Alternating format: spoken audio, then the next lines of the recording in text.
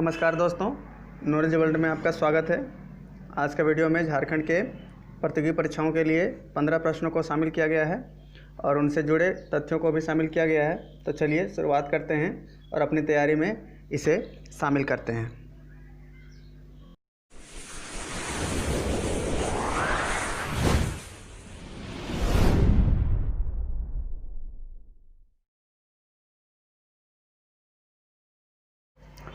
धनबाद में स्थित प्रसिद्ध बौद्ध स्थल दालमी किस नदी के किनारे अवस्थित है? तो प्रश्न है, धनबाद में स्थित प्रसिद्ध बौद्ध स्थल दालमी किस नदी के किनारे अवस्थित है? तो ऑप्शन देख लीजिए और आप भी प्रयास कीजिए इसका सही उत्तर ढूंढने का।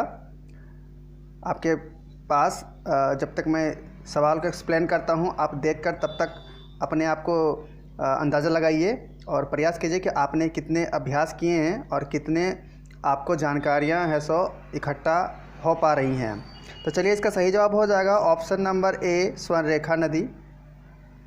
धनबाद में स्थित प्रसिद्ध बौद्ध स्थल अगर पूछा जाए क्या नाम है तो उसका जवाब आप याद रखिएगा, दालमी। और अगर पूछा जाए कि प्रसिद्ध बौद्ध स्थल दालमी कहाँ अवस्थित है तो धनबाद याद रखना है। और इसी के एवज में हमें यह भी याद रखना है ये किस नदी के किनारे है, तो वो है स्वर्णरेखा नदी के किनारे।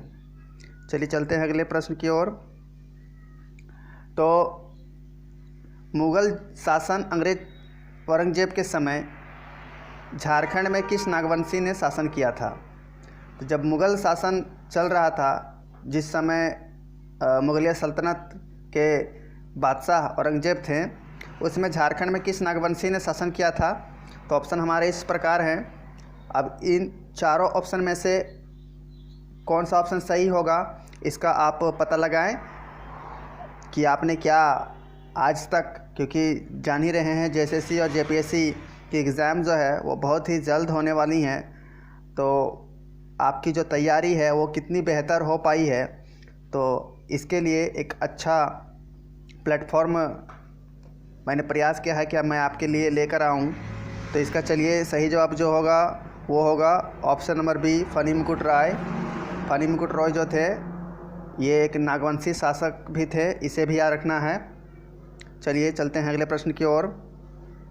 अगला प्रश्न है, स्क्रीन पर आप देख सकते हैं, और जैसे ही आप इसको राय पढ़ते हैं तो उसके बाद आप इसके विकल्पों को देखें और विकल्पों के बाद आप ज़रूर दिमाग में उसे एक बार बैठा लें कि ये ऑप्शन या इसको जो हम बताने जा रहे हैं उसका जवाब मुझे मालूम है या अभी तक मैंने पढ़ा है तो मुझे लगता है कि यह है और ये 100% है।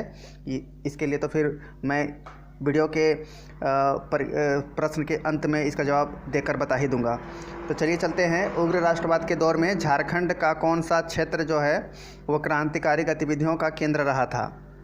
प्रश्न को ध्यानपूर्वक पढ़ लेंगे सबसे पहले कि उग्र राष्ट्रवाद के दौर में झारखंड का कौन सा क्षेत्र क्रांतिकारी गतिविधियों का केंद्र रहा था। तो विकल्पों के माध्यम से हम लोग देख लेंगे और हमने जो पढ़ा है उसके मुताबिक हमें याद भी रखना है उन बातों को। तो इसका सही जवाब होगा ऑप्शन नंबर सी, देवघर।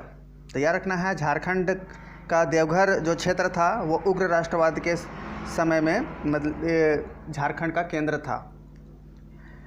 अगले प्रश्न की ओर चलते हैं। पृथक राज्य झारखंड हेतु सुनियोजित संघर्ष कब प्रारंभ हुआ था? तो झारखंड की अलग मांग के लिए सुनियोजित संघर्ष कब से शुरुआत किया गया? तो याद रखना है ऑप्शन नंबर ए, 1928 को, 1928 ईस्वी में। और उस समय अगर पूछा जाए कि बिहार के मुख्यमंत्री कौन थे तो बिहार के मुख्यमंत्री उस समय के थे श्री कृष्ण सिंह। ये याद रखना है, श्री कृष्ण सिंह बिहार के मुख्यमंत्री थे। अगला सवाल, 1914 में किसने टाना भगत आंदोलन शुरू किया जिसमें 25,000 से अधिक आदिवासी लोगों की हिस्सेदारी हुई थी? चलिए आप विकल्प को देखिए, लेकिन उससे पहले आपको सुनते भी जाना है कि सवाल के मुताबिक भी बहुत सारे ऐसे जवाब हमें मिल जाएंगे जो परीक्षा के लिए अति महत्वपूर्ण हो सकते हैं। सबसे पहले तो यहाँ पर हम लोग पहला लाइन को ही देख लें 1914 में किसने टाना भगत आंदोलन शुरू किया? तो इसमें हमारा एक जवाब मिल जाता है कि टाना भगत आंदोलन जो है वो 1914। ये दोनों शब्दों को हमें ध्यान से सुनना है और इसको समझ लेना है कि टाना भगत आंदोलन कब हुआ, तो 1914 से शुरू हुआ, ये याद रखना है। या 1914 में कौन सा आंदोलन झारखंड में बहु प्रचलित हुआ, तो उसके लिए भी हमें याद रखना है टाना भगत आंदोलन। अब इसके बाद हम लोग अगले लाइन को देखते हैं, तो इसमें भी एक प्रश्न का जवाब हमें मिलेगा और एक जवाब मिल जाएगा कि 25,000 से अधिक आदिवासी। तो अगर पूछा जाए 25,000 से अधिक आदिवासी किस आंदोलन में शामिल हुए थे, तो इसका जवाब हो जाएगा टाना भगत आंदोलन। चलिए अब हम लोग अपने प्रश्न की ओर चलते हैं और इसके मुताबिक हम लोग को ये भी पता चल जाएगा अब कि टाना भगत आंदोलन का नेतृत्व किसने किया था। और इससे रोचक बातें हमें निकल कर आई, जिसे इसी सवाल से हमें 4 उत्तर देखने को मिला, यानी 4 सवाल हम लोग बना सकते हैं बस एक ही सवाल से। तो पहला सवाल तो बन गया हमारा कि टाना भगत आंदोलन कब शुरू हुआ, 1914। 1914 में कौन सा आंदोलन शुरू हुआ, टाना भगत आंदोलन। टाना भगत आंदोलन में कितने लोग शामिल हुए, तो 25,000। ये 3 प्रश्न के साथ ही साथ एक सवाल हमारा ये भी बन गया कि टाना भगत आंदोलन का नेतृत्व किसने किया, जिसका सही जवाब हो जाएगा जतरा उरांव। याद रखिएगा जतरा उरांव। और जतरा उरांव को कहीं कहीं पे ये भी याद रखिएगा कि उरांव के जगह पर भगत भी आपको देखने को मिल सकता है, तो जतरा भगत भी हो सकता है। चलिए चलते हैं अगले प्रश्न की ओर। झारखंड राज्य में पुरुषों के द्वारा त्योहारों और शादी समारोह के मौके पर तलवार और ढाल के साथ कौन सा नृत्य किया जाता है? तो झारखंड के आदिवासी जनजाति में यह नृत्य प्रचलित है, जिसमें वे या तो त्यौहार हो या तो शादी समारोह हो, उस दौरान वे तलवार और ढाल के साथ एक नृत्य प्रस्तुत करते हैं। उस नृत्य को क्या कहते हैं, तो याद रखना है पाइका। और पाइका जो है वो झारखंड का लोक नृत्य है, यह भी याद रखना है। ये प्रश्न पूछा जाता है कि झारखंड का लोक नृत्य कौन है, तो पाइका है।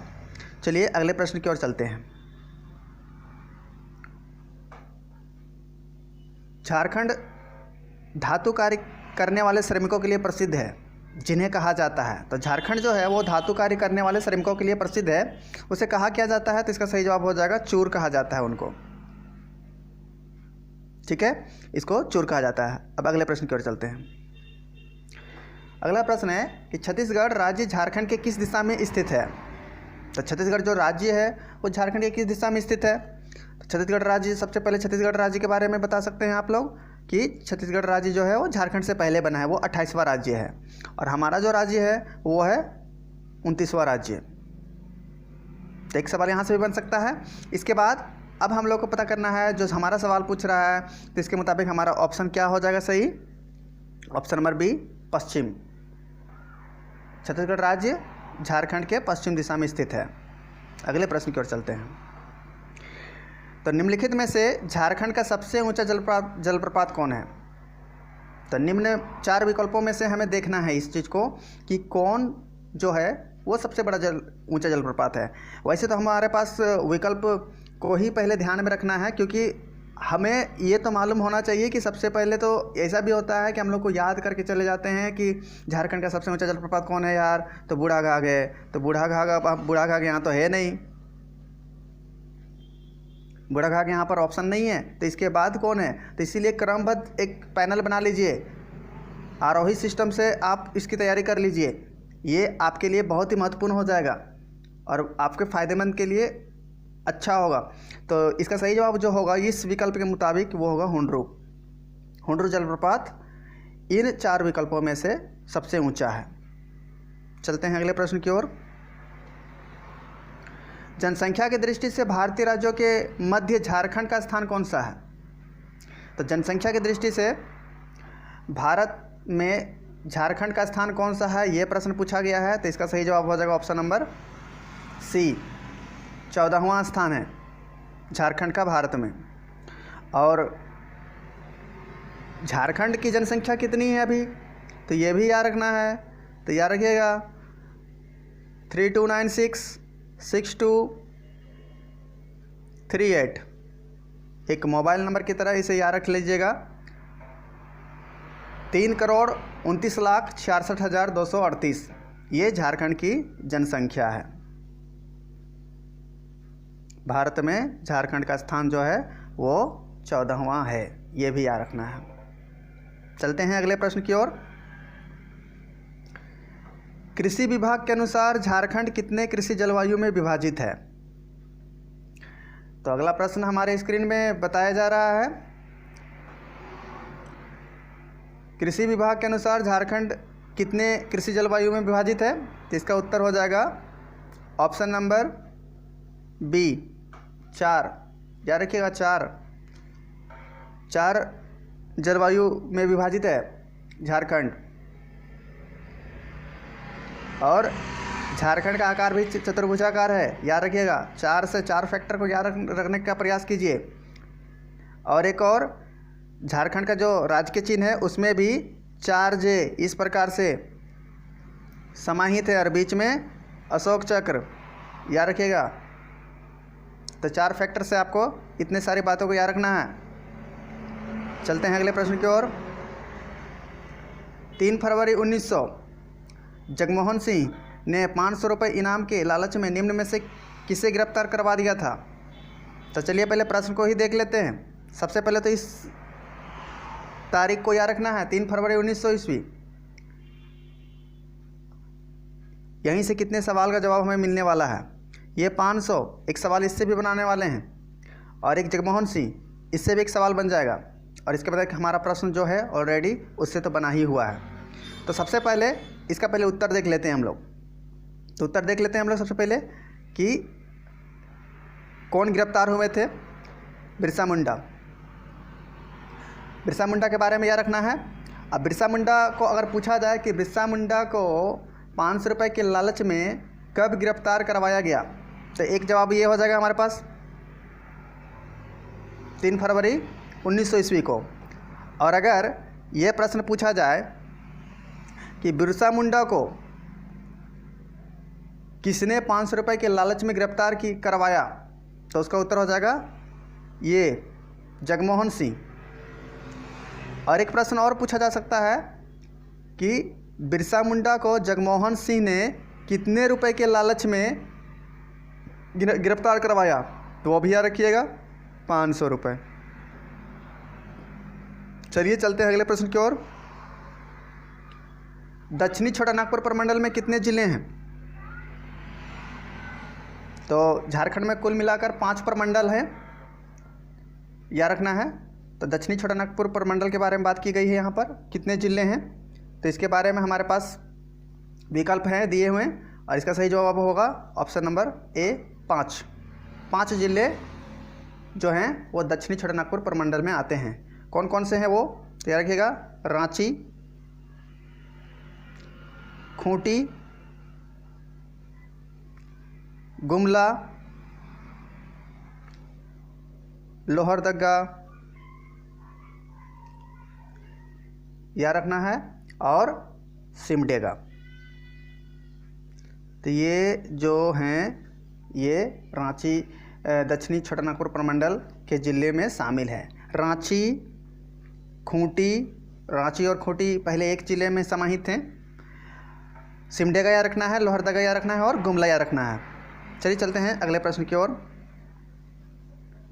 वर्ष 1967 के बाद बागुन सोमरई किस पार्टी का नेतृत्व किया था? तो 1967 के बाद बागुन सोमरई ने किस पार्टी का नेतृत्व किया, ये हमारा प्रश्न है। अब प्रश्न में ही एक जवाब ढूंढते हैं और एक प्रश्न अलग से ढूंढते हैं। अगर पूछा जाए कि बागुन सोमरई ने, अभी जो जवाब हमें मिलने वाला है, चलिए एक जवाब पहले देख लेते हैं। तो इसका सही जवाब हो जाएगा हमारे पास जो होगा होल झारखंड पार्टी। तो वर्ष 1967 के बाद बागुन सोमरई किस पार्टी का नेतृत्व किया था, तो इसका जवाब हो जाएगा होल झारखंड पार्टी। अब प्रश्न ये भी पूछा जा सकता है कि होल झारखंड पार्टी का गठन किसने किया, तो होल झारखंड पार्टी का गठन किसने किया, तो याद रखिएगा यस बागुन सोमरई। अब एक प्रश्न और बन सकता है कि होल झारखंड पार्टी का गठन किस वर्ष हुआ, तो किस वर्ष हुआ, तो याद रखना है 1967 को हुआ। चलिए चलते हैं अगले प्रश्न की ओर। और यह हमारे वीडियो का आखिरी प्रश्न है। अगर आपको ये जानकारी अच्छी लग रही है तो इस चैनल से जुड़े रहें। झारखंड की तमाम जानकारी देने का मेरा मकसद है कि आपका परीक्षा बेहतर हो, आपकी नौकरी पक्की हो और झारखंड का ज्ञान आपके लिए ज्ञानवर्धक रहे और लाभकारी भी रहे। तो चलिए चलते हैं अंतिम प्रश्न, डोमकच क्या है। तो डोमकच क्या है, तो इसका सही जवाब हो जाएगा डोमकच जो है वो विवाह गीत है। तो इसी के साथ आज का वीडियो समाप्त करते हैं। धन्यवाद।